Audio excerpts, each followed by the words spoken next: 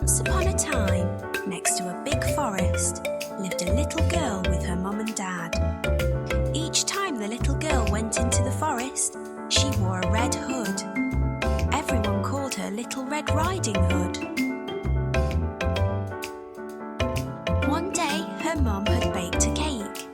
The cake was a present for Red Riding Hood's grandmother. Grandmother lived on the other side of the forest. Red Riding Hood's mum asked her to take the cake to Grandma. Mum told Red Riding Hood to keep on the pathway and not stop anywhere. She told her not to talk to strangers. Mum and Red Riding Hood waved goodbye to each other. Little Red Riding Hood went into the forest. She had a basket on her arm with the cake inside. A big bad wolf was watching her. He was very hungry. Little Red Riding Hood did not see him. He came beside Red Riding Hood. The wolf tried to sound friendly. He asked Red Riding Hood where she was going.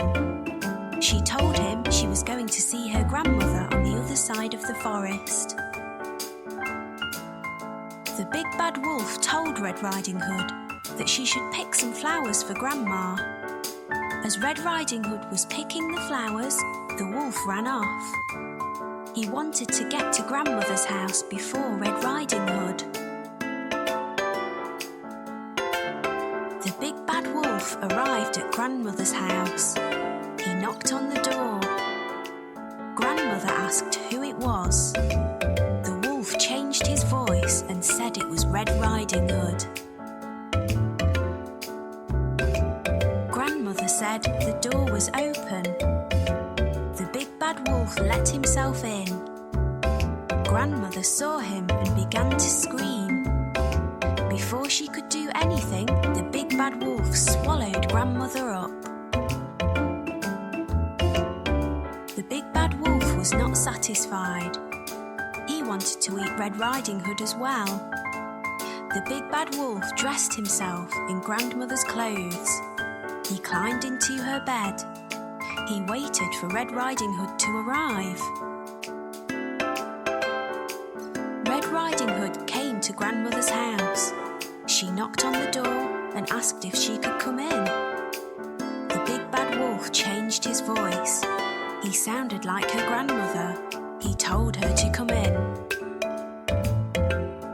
Red Riding Hood said what a deep voice her grandmother had. The wolf said it was better to greet her with.